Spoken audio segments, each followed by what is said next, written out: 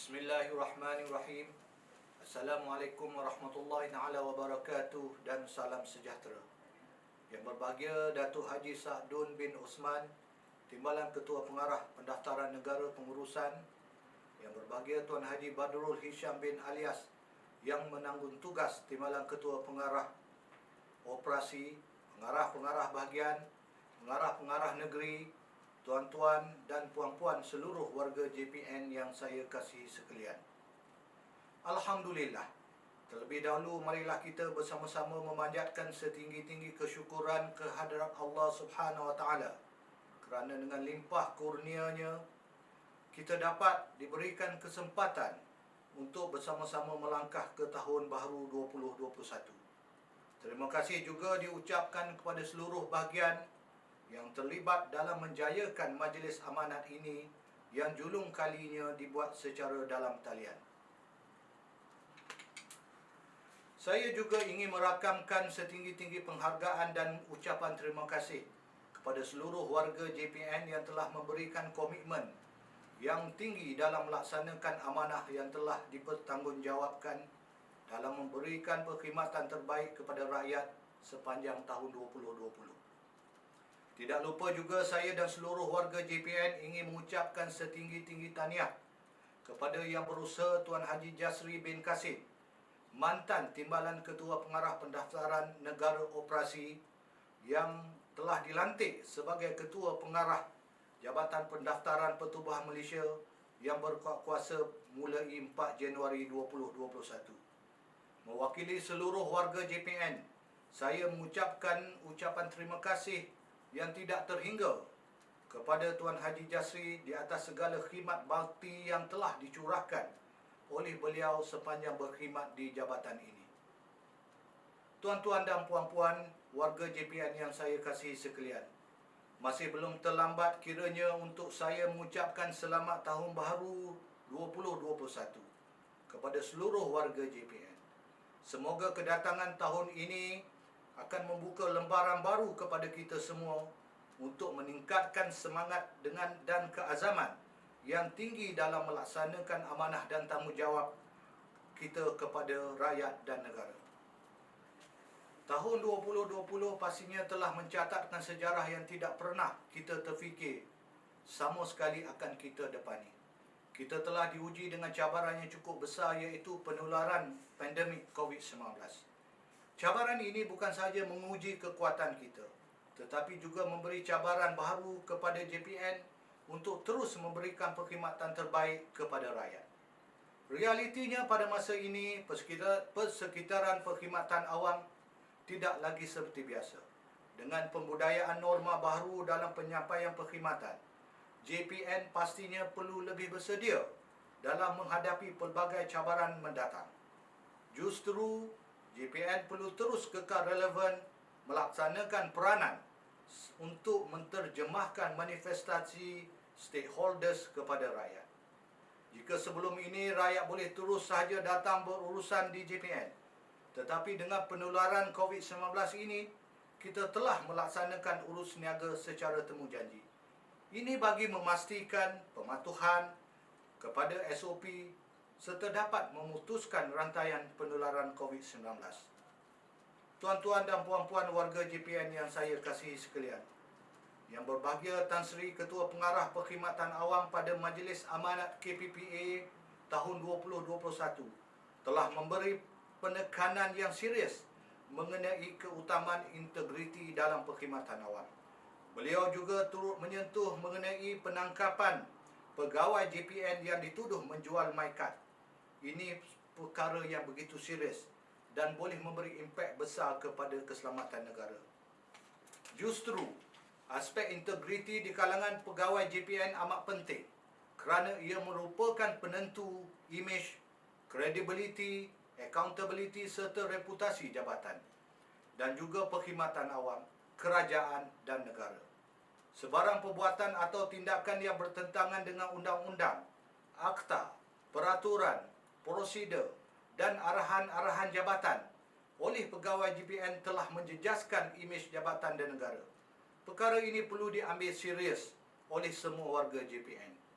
Saya tidak akan teragak-agak mengambil tindakan kepada mereka yang terlibat dalam penyalahgunaan kuasa, rasuah dan penyelewengan, khususnya dalam mengeluarkan dokumen pengenalan diri secara tidak sah. Saya tidak mahu lagi kerana nila setitik rosak susu sebelanga. Tuan-tuan dan puan-puan warga JPN yang saya kasihi sekalian, kerajaan telah bersetuju dengan cadangan supaya Kementerian Dalam Negeri melalui Jabatan Pendaftaran Negara untuk merancang dan melaksanakan Identiti Digital Nasional. Malaysia adalah negara terawal yang mengeluarkan dokumen pengenalan diri seperti MyKad yang dimiliki oleh setiap warga negara Malaysia. Penggunaan MyKad menjadi semakin penting dan tidak hanya kepada urusan-urusan perbankan, keuangan atau perkhidmatan. Oleh itu, inisiatif Identiti Digital Nasional yang akan dilaksanakan oleh Kementerian Dalam Negeri dan JPN sebagai agensi pelaksana utama adalah amat bertepatan pada masanya.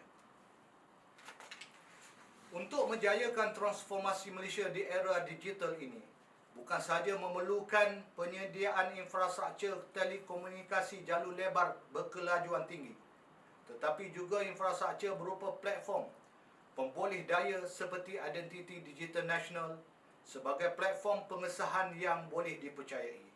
Platform ini bertujuan untuk mengesahkan identiti secara visual seseorang individu di alam cyber dan bukannya bertujuan untuk menggantikan MyKad. Platform pengesahan Identiti Digital Nasional adalah untuk kegunaan sektor perkhidmatan kerajaan dan swasta. Ini perlu untuk mengesahkan identiti individu yang mengakses perkhidmatan elektronik, melaksanakan transaksi secara digital yang disediakan oleh penyedia perkhidmatan dengan lebih selamat. Tuan-tuan dan puan-puan warga JPN yang saya kasihi sekalian, sudah tiba masanya sistem ICT di JPN ditambah baik. Peningkatan kapasiti dan penambahbaikan sistem akan dilaksanakan secara berperingkat. JPN telah mendapatkan khidmat perundingan daripada mampu dalam kajian yang komprehensif dalam memastikan cadangan penambahbaikan sistem ICT di JPN ini dapat memberi nilai tambah yang setimpal dengan perbelanjaan yang dikeluarkan oleh kerajaan. Selain itu, integrasi sistem dengan agensi kerajaan lain dapat dilaksanakan dengan mudah sekaligus mengurangkan pembaziran kos membangunkan sistem yang sama.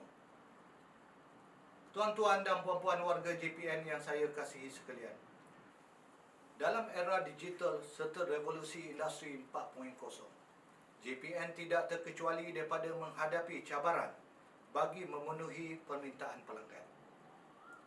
Jika boleh, semua perkhidmatan boleh diakses di hujung jari, perlu mudah dan efisien tanpa perlu menuntut masa dan kehadiran fizikal untuk berurusan.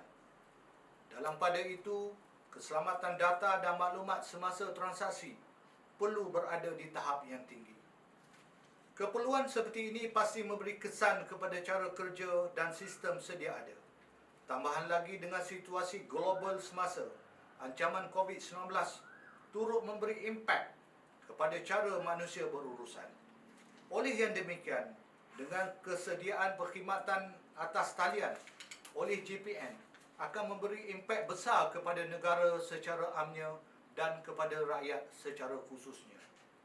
Yang amat berhormat Perdana Menteri kita sendiri telah menekankan bahawa digitalisasi adalah satu budaya yang kini menjadi antara norma baharu yang perlu diarus perdanakan di semua peringkat termasuk dalam sektor kerajaan, swasta dan masyarakat. Tuan-tuan dan puan-puan warga JPN yang saya kasihi sekalian, saya ingin menyentuh isu kehilangan MyKad yang tinggi.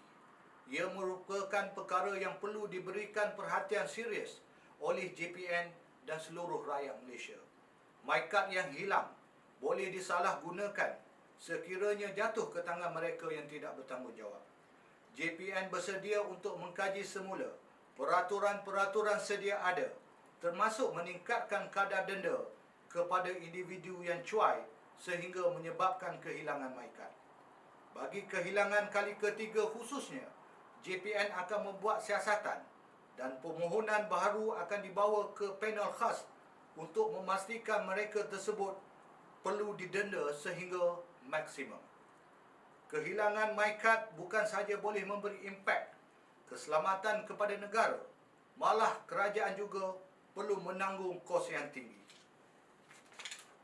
Tindakan ini bukanlah untuk membebankan rakyat, tetapi untuk menyedarkan bahawa mereka mempunyai tanggungjawab yang besar dalam menjaga dokumen pengenalan diri. Rakyat perlu sedar bahawa pemilikan MyKad merupakan bukti mereka adalah warga negara Malaysia. Dan sebagai seorang warga negara Malaysia adalah menjadi tanggungjawab mereka untuk menjaga MyKad. Tuan-tuan dan puan-puan yang saya kasihi sekalian, JPN sentiasa komited dalam memastikan keselamatan dan kedaulatan negara tercinta ini sentiasa terjamin dan terus kekal terpelihara. Justru setiap bahagian perlu diperkasakan dari masa ke semasa bagi memastikan dokumen pengenalan diri mempunyai nilai, dikeluarkan secara teratur dan hanya kepada mereka yang layak sahaja dikeluarkan. Antara fokus JPN bagi tahun 2021 adalah untuk terus memperkasakan bahagian siasatan secara berterusan bagi membentras kegiatan penyelewengan, pemalsuan serta penyalahgunaan dokumen pengenalan diri yang dikeluarkan oleh JPN. Selain itu, kompetisi serta keupayaan dan kemahiran pegawai juga akan terus dipertingkatkan dalam pelbagai aspek seperti elemen risikan, siasatan, pendakwaan, operasi, sistem dan peralatan. Peningkatan jalinan kerjasama strategi dengan agensi-agensi penguatkuasaan lain seperti PDRM, Jabatan Imigresen Malaysia dan agensi-agensi lain akan dimantapkan lagi bagi membantras pemalsuan dokumen pengenalan diri. Tuan-tuan dan puan-puan yang saya kasihi sekalian, JPN menyediakan perkhidmatan di 225 cawangan di seluruh negara.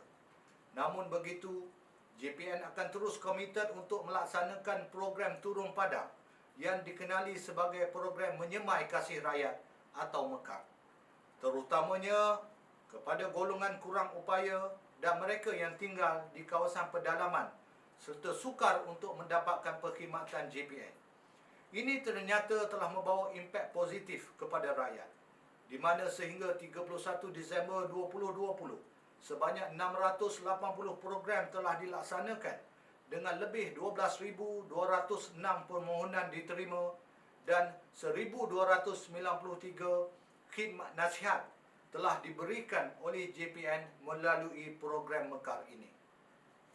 Walaupun program MEKAR menunjukkan penurunan berbanding tahun sebelumnya, ekoran daripada perintah PKP, JPN akan terus komited memberi perkhidmatan kepada rakyat dengan mematuhi prosedur operasi standard yang telah ditetapkan oleh kerajaan.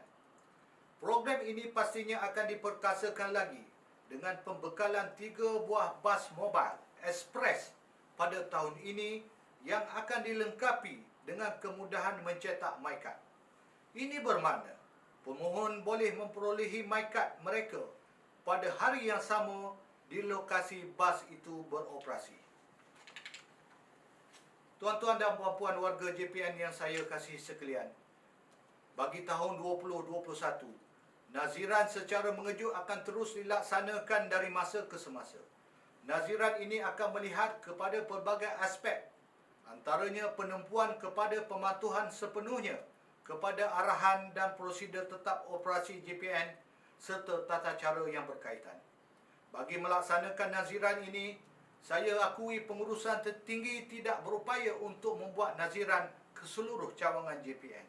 Oleh yang demikian, bagi tahun ini semua pengarah bahagian dan pengarah-pengarah negeri diarahkan dari masa ke semasa untuk terus membuat naziran secara mengejut ke semua JPN daerah dan cawangan yang dikenal pasti bagi memastikan semua tata cara yang ditetapkan dipatuhi. Teguran-teguran yang diterima tidak kira daripada hasil naziran atau penemuan audit lain juga perlu diambil tindakan segera oleh JPN supaya ianya tidak berulang di masa akan datang. Tuan-tuan dan puan-puan sekalian, JPN mula melaksanakan pusingan kerja bermula tahun 2019 secara berperingkat-peringkat. Pusingan kerja yang efektif ini akan dapat menyumbang kepada pembangunan dan pengembangan kerjaya serta kemahiran dalam bidang-bidang tugas yang pelbagai. Jabatan Perkhidmatan Awam juga melalui Perkeliling Perkhidmatan Bilangan 3 tahun 2004 telah mengeluarkan arahan supaya jabatan atau agensi kerajaan melaksanakan pusingan kerja di kalangan penjawat awam. Pelaksanaan sistem pusingan kerja ini akan terus dilaksanakan pada tahun ini secara berperingkat-peringkat di mana keutamaan akan diberikan kepada mereka yang telah berkhidmat 5 tahun atau lebih di satu-satu bahagian urus niaga. Ini bukan sahaja dilaksanakan di peringkat ibu pejabat, malah akan turut dilaksanakan di seluruh JPN negeri.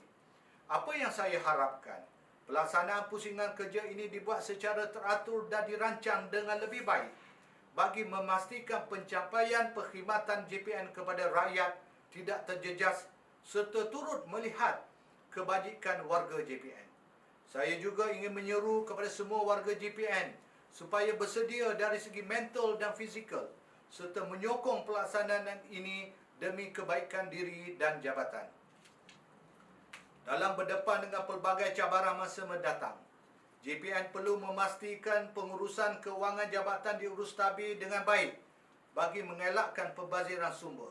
Justru itu pengarah bahagian dan pengarah-pengarah negeri di bawah pusat tanggungjawab PTJ masing-masing perlu membuat perancangan yang rapi dan tersusun dalam menguruskan keuangan di peringkat negeri masing-masing. Pengurusan peruntukan dan perbelanjaan yang cekap merupakan satu elemen yang menjadi tanda aras kecekapan pengurusan keuangan sesebuah organisasi. JPN tidak terkecuali dalam hal ini dan saya ingin mengingatkan supaya bekerja berdasarkan peraturan serta sentiasa cakna dengan perubahan-perubahan yang berlaku daripada masa ke semasa. Selaras dengan ini, saya menyuruh agar pusat tanggungjawab di seluruh negara memastikan perkara berikut diberi perhatian dan diutamakan. Antaranya adalah berbelanja berdasarkan perancangan yang telah ditetapkan dan sentiasa mematuhi peraturan semasa yang terpakai melibatkan urusan keuangan dan perolehan.